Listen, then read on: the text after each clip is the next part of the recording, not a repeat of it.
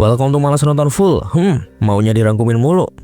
Kali ini kita akan merecap film berjudul Unstoppable tahun 2018, mengisahkan tentang seorang suami yang lembut dan polos, hingga kemudian dia berubah menjadi sangat menakutkan karena istrinya diculik.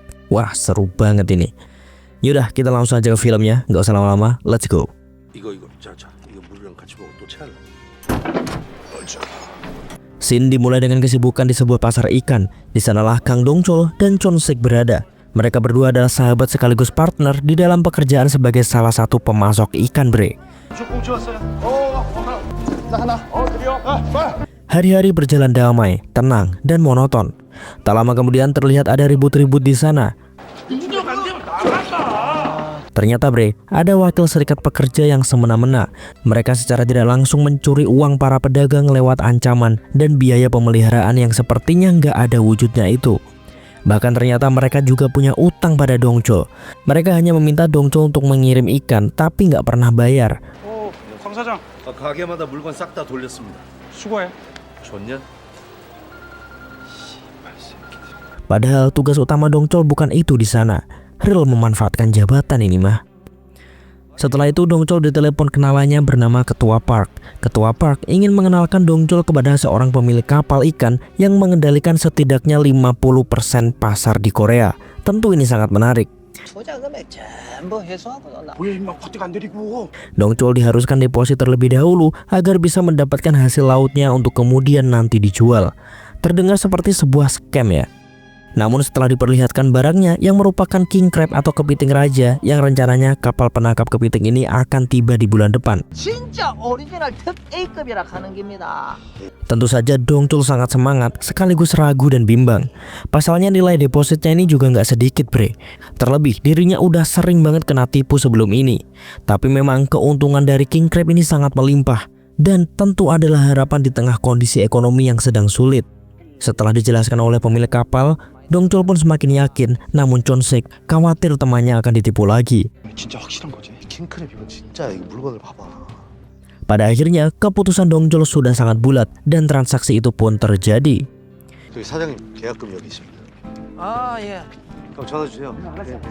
Scene beralih ke sebuah panti jompo di mana Jisoo, istri Dong-chol, bekerja di sana. Jisoo adalah istri yang baik dan pekerja keras. Bahkan dia bekerja di restoran setelah pulang dari panti jompo. Dong-chol biasanya akan menjemputnya dan pulang bersama, bre. Di perjalanan, Dong-chol menceritakan tentang dirinya yang bertemu dengan Ketua Park siang ini. Jadi masalah investasi si kepiting raja itu Jisoo sama sekali nggak tahu, bre. Jisoo melarang keras Dong-chol untuk melakukan hal-hal semacam investasi karena emang udah sering ketipu. Makanya di sini Dong-chol hanya memberikan kisi-kisi. Di setiap obrolan selalu diselipi kepiting raja biar Jisoo notice. Tapi bukannya penasaran, Jisoo justru menolak keras jika Dong-chol benar-benar berinvestasi ke sana.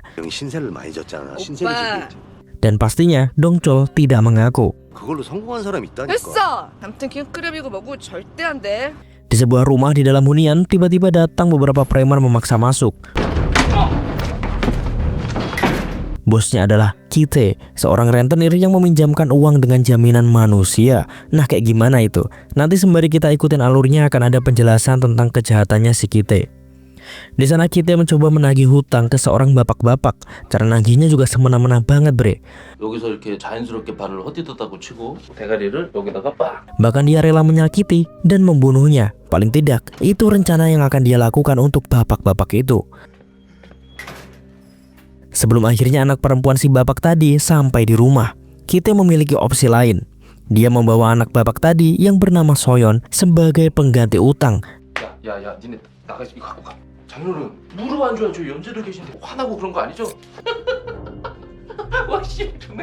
Dan si bapak nggak bisa apa-apa, bre. Gewendeng. Tepat di lampu merah, sopir Kite, kita sebut saja Joko, tiba-tiba menabrak mobil karena meleng. Dan itu adalah mobil Dong-chol.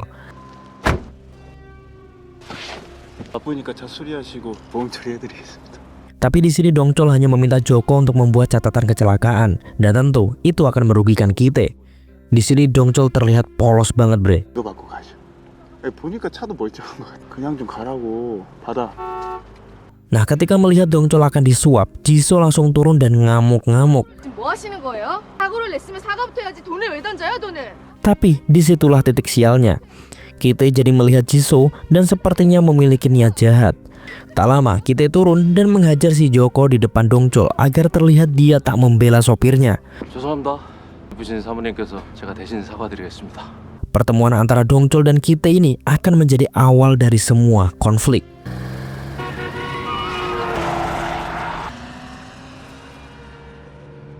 Suatu hari, Dongchol pergi ke kantor wakil serikat kerja untuk menagih hutang yang belum dibayar. 아이씨, 너 내가 떼먹어? 예, 근데 후금을 좀 해야 납품할 물건을. Tapi selalu, jawabannya adalah belum ada uang dan Dongchol hanya diberikan sedikit. Padahal Dongchol juga butuh modal untuk kembali melakukan pengiriman. 싫어? 나랑 일을 안 할 거야?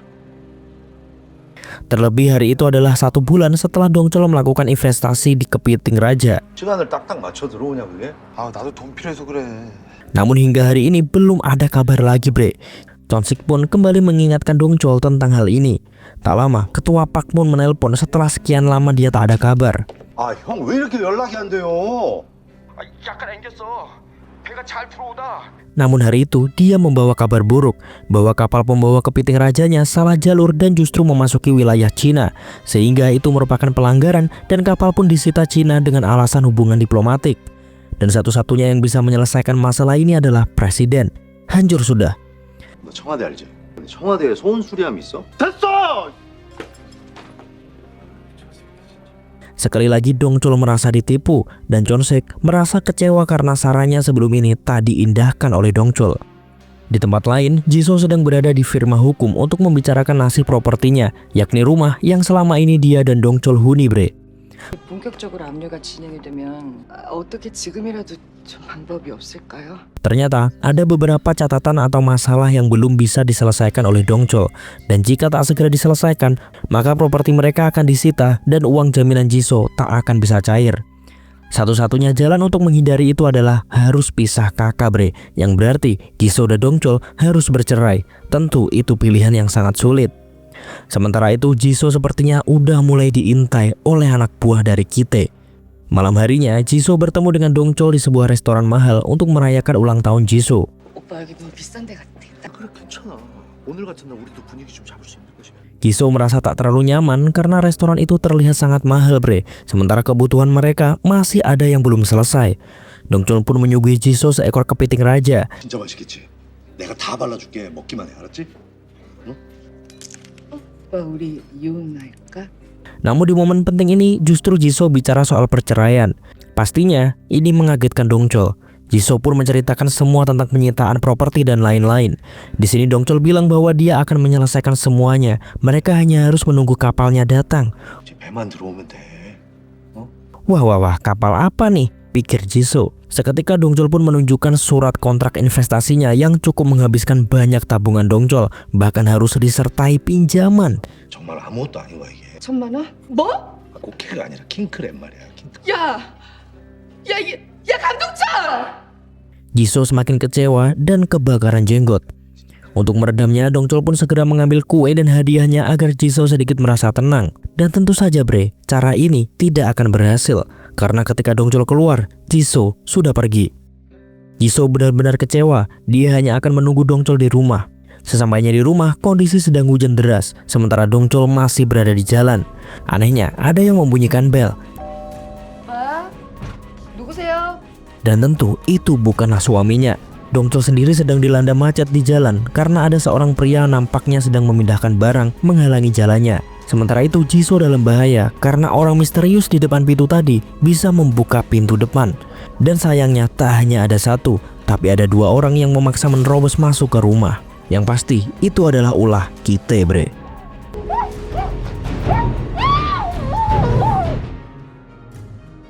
Sesampainya di rumah, Dongchol mendapati rumahnya sepi. Jisoo tak ada dan kondisi kamar berantakan. Jisoo telah diculik. Sejak itulah Dongchol pun terus mencari keberadaan Jisoo. Datang ke polisi juga tak ada gunanya. 이 아파트의 유일하게 CCTV 밤 9시 30분 이후에는 bukti CCTV tak terlalu jelas, ditambah kurangnya informasi membuat kasus hilangnya Jisoo jadi semakin rumit. Keesokan harinya, Dongchol ditelepon nomor anonim yang bilang bahwa dia tahu Dongchol melapor ke polisi. 여보세요? 많이 놀라 죽겠다. 너 누구야? Tentu saja, orang di balik telepon ini adalah Kite.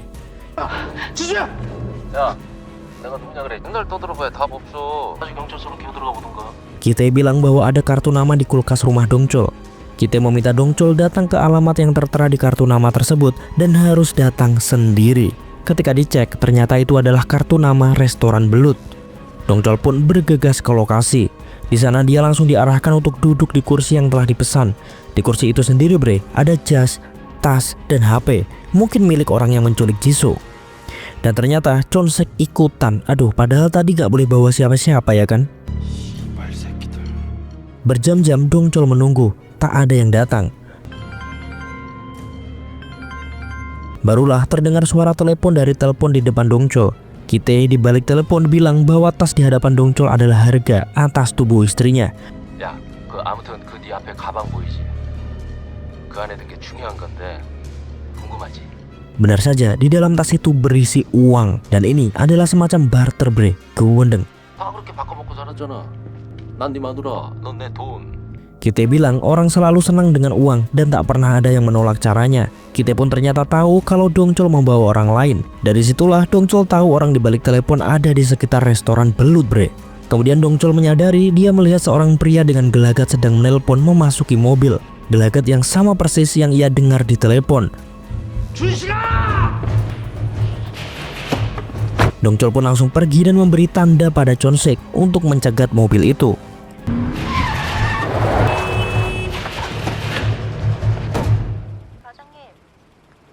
Sayang setelah tertangkap itu bukanlah pelaku bre. Dongchol pun salah besar. 아니라고. 야, 빨리 잡해. Mereka pun langsung pergi ke kantor polisi dan membawa tas berisi uang tadi. Dongchol menyampaikan apa yang telah dia alami sejak ditelepon orang tak dikenal itu. Yang pasti menurut detektif, jika Dongchol menerima uang itu, berarti ini bisa jadi termasuk perdagangan manusia. 와이프분을 넘겨준 거네요? 아니, 그런 게 아니라 몸값이라고 돈은 받았고. Dan karena uang itu adalah bukti penting, maka akan disita polisi untuk penyelidikan lebih lanjut. Dongchol pun menemui kebuntuan. Mau sekeras apapun mengandalkan polisi, Dongchol hanya menemui kekecewaan dengan prosedur ribet tanpa aksi itu. 예, 저희도 당일 현장에 있던 블랙박스 영상 다 확인했습니다. 근데 벌써 이틀이나 지나가지고요. 예, 그래서 저희도 지금 주변 탐문 수사 계속하면서 Lalu Dongchol berencana meminta bantuan detektif swasta kenalan Chonsek. Dan seharusnya uang yang tadi disita polisi bisa digunakan untuk membayarnya. 연락은 되는데 돈 없으면 안 움직여. 아 그리고 이제 우리 기름값도 간당간당해. Dongchol kemudian bergegas menuju kantor wakil serikat kerja untuk menagih uangnya. Dan kali ini Dongchol dalam mode seriusnya. 좀 급해서 그러는데 내 돈 좀 주세요, 빨리. 진짜 못 알아쳐먹네. 나가. 안 나가? Sempat ditolak bahkan menggunakan kekerasan, Dongchol pun berhasil menghabisi semua yang ada di sana. Dan dengan cara inilah uangnya kembali dengan utuh. 내 돈 가지고 와, 빨리. 시간이 없으시대요. 주려고 그랬어. 준비 다 해뒀어. Emang perlu diancam ini bapak-bapak. Pergilah Dongchol dan Chonsek ke Pak Gom, seorang detektif swasta. 아이고야 면회 주식아 네가 얘기한 걸 잘 조합해서 생각을 해봤어. Awalnya Dongchol mau pergi dari sana karena Pak Gom meremehkan kasus ini dan bilang bahwa mungkin ini kasus perselingkuhan aja, bukan penculikan. Dongchol pun kemudian menantang Pak Gom dan memberikan tenggat waktu sampai besok, tapi biayanya tak akan sedikit. Tanpa persetujuan Dongchol, Chonsek pun memberikan tawaran. Jika Pak Gom bisa menyelesaikan kasus ini, maka dia akan diberi 5% keuntungan dari bisnis kepiting raja yang masih belum jelas ujungnya itu. K-I-N-G 킹크럭? Misi pun dimulai. Pencarian dimulai dengan mencari kendaraan yang terekam di restoran belut. Dan diduga itu adalah yang membawa tas berisi uang tadi bre. Namun ketika alamatnya ditemukan dan mereka mendatanginya, hanya ditemukan seonggok pecundang dengan utang yang menumpuk. 넌 도모백에 네 명의를 팔아넘기냐? 돈이 필요했어요. Memang nomor kendaraan yang dicari adalah miliknya, tapi dia telah menjual nomor tersebut di suatu tempat. Dan tempat itu adalah tujuan berikutnya. Terlihat di sana semacam tempat di bawah tanah yang tersembunyi. Di dalamnya ada sebuah kasino kecil bre. Barulah masuk lebih jauh ada penyedia jasa seperti pembelian narkotika, bahkan nomor kendaraan tak terpakai. 차종이 어떻게 돼요? 승합은 더블은 받아야 되는. 들어가가지고 장부 좀 가져. 우리는 최만식 씨가 넘긴 번호판. Tentu tujuan mereka bukan untuk membeli sesuatu, melainkan informasi. Karena inilah mereka bertiga dicurigai sebagai polisi. Tak bisa dibiarkan dong. Para preman di dalam siap untuk menghajar Dongchol dan kawan-kawan. Pak Gom pun siap menjadi tameng. 야, 잠깐 기다리고 있어. 야. Walau akhirnya dia babak belur juga. Disinilah jati diri asli Dongchol kembali ditunjukkan. Dia dengan menakutkan menghabisi semua preman yang ada di dalam. Tentu karena inilah informasi yang mereka perlukan berhasil didapat. 장생포. 여기도 장생포고 다 장생포. 놈들인지 몰라도 몇 달에 한 번씩 번호판이랑. Ternyata bre, tak hanya nomor kendaraan yang pernah dibeli, namun obat seperti bius juga disikat. Di sanalah Dongchol pun mendapatkan kartu nama pelaku yang dimaksudkan. Mereka bertiga pun segera berangkat ke lokasi kartu nama tersebut. Sayangnya pemilik tempat itu sudah berganti belum lama ini bre. 바뀐 지 꽤 됐거든요. 이거 재작년에 돌리던 명함 같은데. Sempat putus asa, justru di area itulah Dongchol melihat mobil yang membawa wanita-wanita untuk dijual. Nah, Dongchol kayak ngeh nih sama si sopir. Dan setelah Dongchol selidiki, di dalam mobil ada kartu nama restoran belut yang pernah dia dapatkan dari penculik. Setelah diingat, sopir mobil itu adalah orang yang sama yang pernah menghalangi jalan Dongchol dengan alibi memindahkan barang di hari hilangnya Jisoo bre. Wah, satu puzzle ditemukan. Dongchol pun menunggunya di luar. Saat si sopir udah masuk ke dalam mobil, Dongchol pun langsung menyerangnya.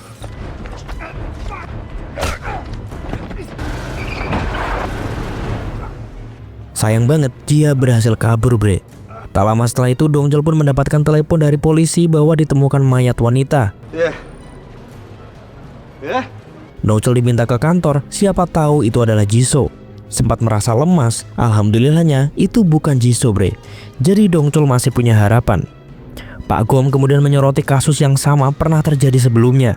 Jadi pernah ada pasutri viral karena si suami sangat setia menemani istrinya yang sakit.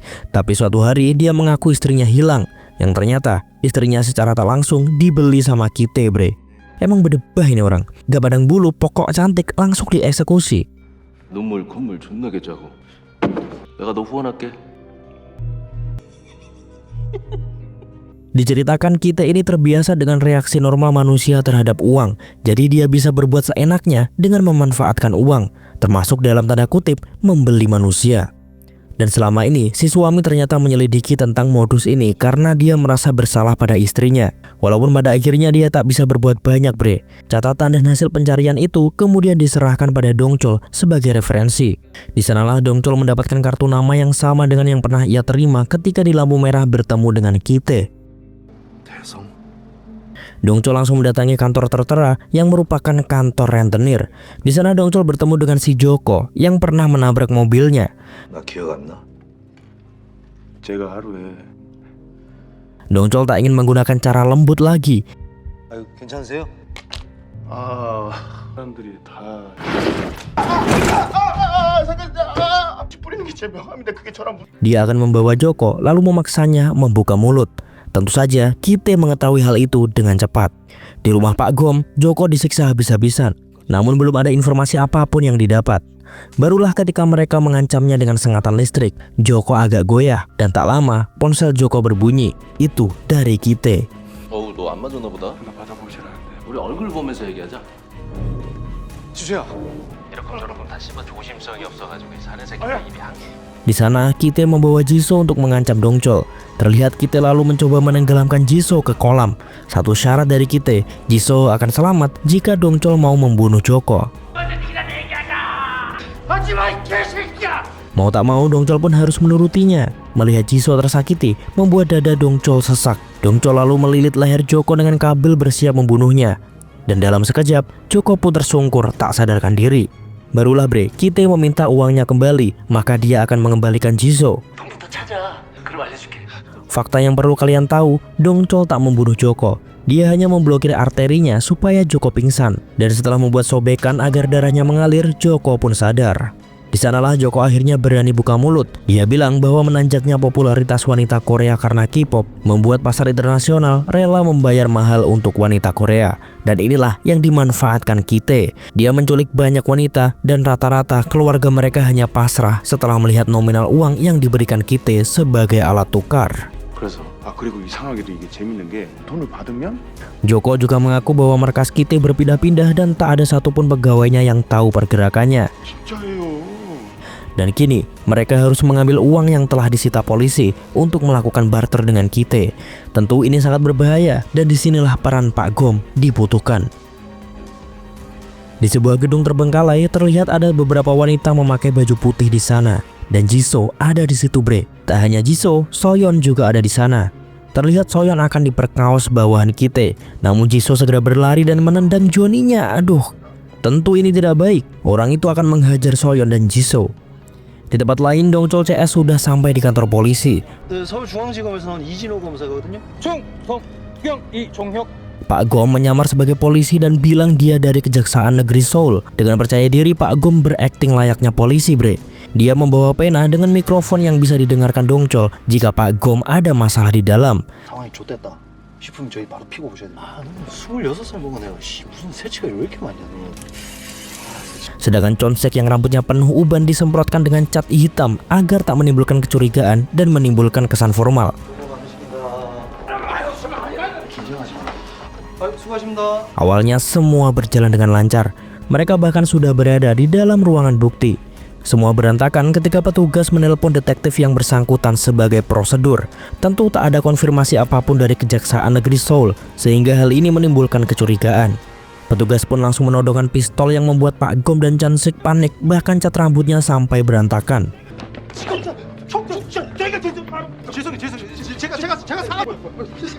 Mendengar Pak Gom dan Chonsek dalam masalah, Dongchol pun segera keluar mobil dan mencoba meledakkan mobil di parkiran untuk membuat distraksi. Cara itu berhasil, bre, karena semua polisi akhirnya teralihkan dan mereka berhasil kabur.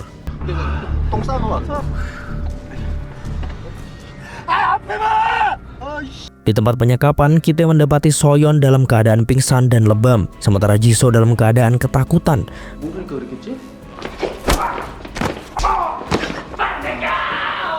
Tentu dia marah besar, karena kalau lecet dia tidak akan laku di pasaran, terlebih harganya sangat mahal. Kita yang stres tambah stres lagi setelah tahu Dongchol mendapatkan uangnya kembali. Mau tak mau, mereka harus bertemu di tempat yang dijanjikan. 돈 찾았다. 야, 살다. 너 같은 또라이 새끼는 내가 Setelah kita pergi, Jisoo melihat ada celah yang bisa dipakai untuk kabur. Jisoo memakai alat seadanya, bre, untuk melepaskan skrup teralis. Sayang dia tak sampai. Barulah Soyeon memiliki ide untuk menggunakan kasur dorong sebagai pijakan. Sayangnya malah nyangkut dan menjatuhkan barang-barang di sana sehingga menimbulkan keributan. Sebelum penjaga tahu, Jisoo dengan cepat melepas skrup dan membekokkan teralis yang menghalangi jendela. Akhirnya, Jisoo pun berhasil keluar, tapi tidak untuk Soyeon. Jisoo sebisanya kabur dari tempat itu. Kita yang belum keluar dari area penyekapan akhirnya mengetahui hal tersebut. Di jalan, Jisoo mencegat taksi untuk kabur, bre. Dan tentu ini bukanlah akhir.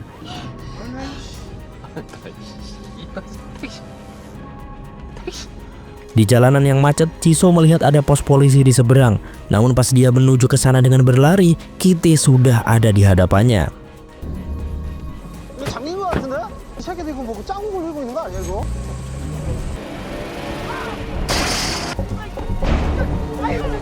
Sementara itu, Dongchol sudah sampai di area penyekapan sebagai tempat penyerahan uang yang dijanjikan. Di dalam tentu Dongchol akan menemukan banyak rintangan. Dia harus menghadapi para penjaga bersenjata. Sementara itu, para sandera sedang direlokasi ke tempat lain. Di sini, Dongchol mengamuk sejadi-jadinya, bre. Serem banget.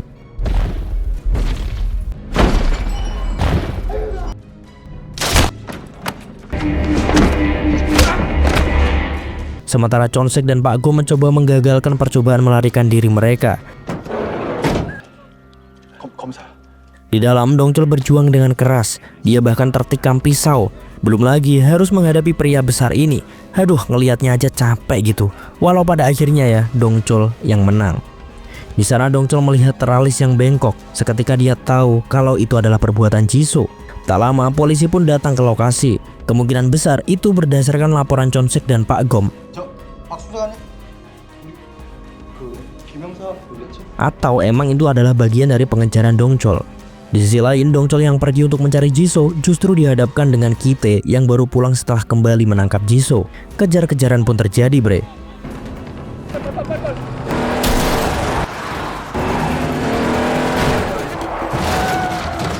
Setelah pengejaran agak jauh, Dongchol pun baru tahu ya kalau di dalam mobil itu ada Jisoo. Sehingga Dongchol tak lagi berani berbuat nekat.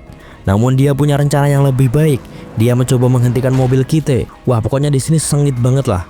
Kemudian usaha Kite untuk menabrak balik mobil Dongchol gagal, yang malah membuat mobilnya oleng. Tak ingin mobil yang di dalamnya ada Jisoo terjun ke pembatas jalan, Dongchol pun mengambil resiko, sehingga mobilnya lah yang terjun ke bawah. Tak terima dengan apa yang terjadi, Kite pun menghampiri Dongchol sambil membawa kapak. Tapi bukannya dia menangkap Dongchol, justru dialah yang jadi tempat pelampiasan Dongchol. Kite benar-benar menjadi samsak, bre. Mampus lah pokoknya. Sampai kelempar dari mobil si Kite. Dengan penuh amarah, Dongchol menghajar Kite hingga babak belur dan pingsan. Akhirnya, Jisoo pun terselamatkan. Tak lama, polisi sampai dan menangkap Kite. Dengan ini, jaringan perdagangan manusia internasional berhasil dibongkar. 국내 재력가들과 해외 남성들을 위해 이 같은 범행을 저지른 혐의를 받고 있습니다. Tentu, Dongchol memiliki peran yang sangat besar, walaupun dia juga memiliki catatan kriminal di mana dia pernah mencuri bukti dari kepolisian. Dan berita baik lainnya adalah kapal penangkap ikan yang terjebak di Cina berhasil dibebaskan dan sudah menuju Korea. Waktu berlalu, kini Dongchol menjadi pengusaha kepiting raja yang cukup berhasil. Dengan melibatkan teman-teman dan orang yang ia kenal, Dongchol membangun restoran yang berkembang cukup pesat. 아이고 강 사장. 아이고 대박이다 대박. 아이고 좋네. 알았어. Film pun berakhir. Nah itu dia bre, cerita dari Unstoppable. Seru banget ya.